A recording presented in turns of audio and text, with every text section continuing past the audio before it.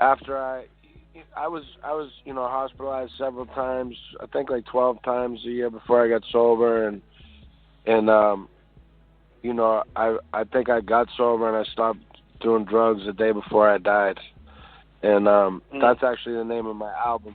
But my album that comes out next year, this EP that I just dropped is called Slaine is Dead, and the reason why is because after I wrote everything when I was high.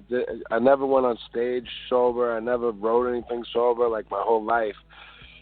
And, I relapsed over and over that because I felt like I couldn't be creative. I couldn't write unless I was high or drunk. And, when I got sober, I just felt like I had to give up music. Like the two things were so closely intertwined, music and drugs and alcohol. And, I just felt like I wasn't going to be able to do it anymore. And after I was sober for a little while, people started coming up to me on the street, I put out The King of Everything Else when I was 6 months sober, but I recorded that whole record when I was really like running hard. And, like somebody came up to me and was like, man, are you still doing music? And in my head, the dude was like, when are we going to hear some new Slaine? And in my head, I was like, Slaine is dead, Like I just thought like I wasn't going to be able to do it again. And, from that moment, though, like it struck something in me. Like I just kept going in. I had to change my hours in the studio. Instead of working overnight, I was going in the morning and working through the day. And like if I got too frustrated, I would just left. And like, I would lay down songs and throw the headphones and storm out of the studio and think it sucks. And then I'd listen back to it and it was dope. It was just like, it was a mind. Can I swear or are we on the radio?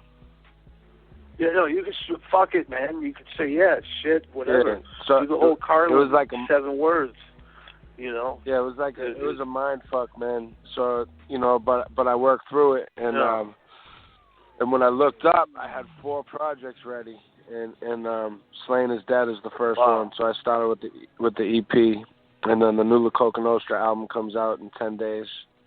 Or maybe 11 days or 12 days on November 4th. It's called To Thine Own Self Be True. So, we got to get all you guys on the show for that, for sure. But you guys are getting ready to do a big tour, aren't you? Yeah, we just did Canada, and we head out. We actually head out the day the album comes out to Europe, and we got a couple weeks out there on tour. So, safe travel to Europe. It's really. I was just going to say the process of doing this sober. I'm saying, did you have to find yourself first? But once you did find yourself, was it an easy process, or is it still difficult? No, it's gotten a lot. It's I think a lot of it was a confidence issue as far as, look, man, if you do something the same way for 20 years, forget about drugs and alcohol. If you do anything. If you ride a bike the same way, or you skateboard the same way, or you play basketball the same way, or whatever it is, you do it the same way, and then something forces you to change the way that you do it. It's going to be difficult because you do it second nature, like, you know what I'm saying? So just getting the confidence to do it a different way, it took some time, man. But I really feel like the new stuff is sharper than anything I've ever put out in my career. I think like the EP is a glimpse at that, but you're going to hear it on the La Coca record, you're going to hear it on my solo record, and I got another project too that I haven't announced yet, but I will. But you're going to hear it on all that shit, man. And it's like it's a reinvention it's a reinvention artistically, but it's still, I've lived the same life. I'm talking about the same shit, but it's from a different perspective, and I almost feel like there's more depth to it, and there's just like it's coming out the other side of something and being stronger than ever. You know what I'm saying? And it's good, man. I feel real happy and proud of the new music I got. I'm happy and proud for you too, man, because being sober is not an easy thing. How long have you been sober now, Slaine? I'm coming up on 1,000 days, man. I got this thing in my phone that counts it. I'm like a month away from having 1,000 days, so it's actually on the 3rd I will have 32 months. So it's a little over 2.5 years. Congratulations. That's huge. You know what I'm saying? Because, people don't understand how hard it is to survive that. So many don't survive that. You know what I mean? Like, I remember when I was a kid smoking Wiki Sticks in Chicago with, doing crazy shit, acid, all that fucking shit. I was able to get out of it, but so many of my friends, man, they're dead or they're still fucked up on the shit. It's horrible. It ruins families and destroys lives, man. So for you to come out of that hell and to be doing what you're doing now, man, nothing but props to you, man.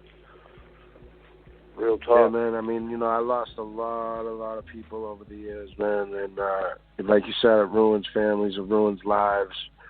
And there's so many different ways to die from addiction. You know what I mean? It's like the suicides, overdoses, murders. You know what I'm saying? And it's like wrong place, wrong car time. Accidents. Yeah, there's a million different ways that drugs and alcohol kill us. And but for a lot of people, it also just takes everything you have before it kills you. And that's where I was at. Like it was taking everything that I had and everything I cared about. And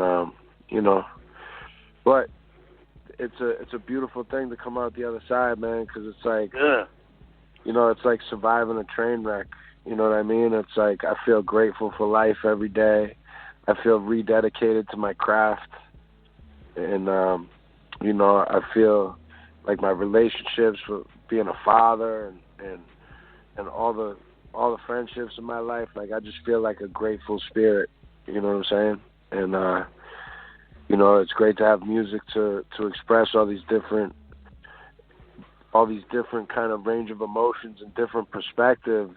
And I feel like I rapped about addiction and I rapped about the streets and addiction and my experience with it for so long while I was in it. And then even when I got out of the street and was like, touring and making music and doing movies and stuff like that, I still brought the street, all the habits that I had with me.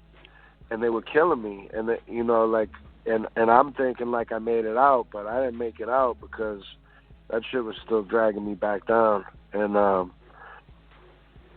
to be able to look at it all with a clear head and, kind of delve back into some of those things and show people. I feel like this new music is the completion of the story that I've been telling for all these years through all these different albums. And it shows people like you can come out the other side. And, that's why I felt like it's really important to do this kind of chapter of the book. You know what I'm saying? Yeah, hell yeah. Because, a lot of your fans, I imagine, have gone through or going through the same things that you've been through. So, yeah, I mean, that's a good thing right there. Yeah, that's a positive thing.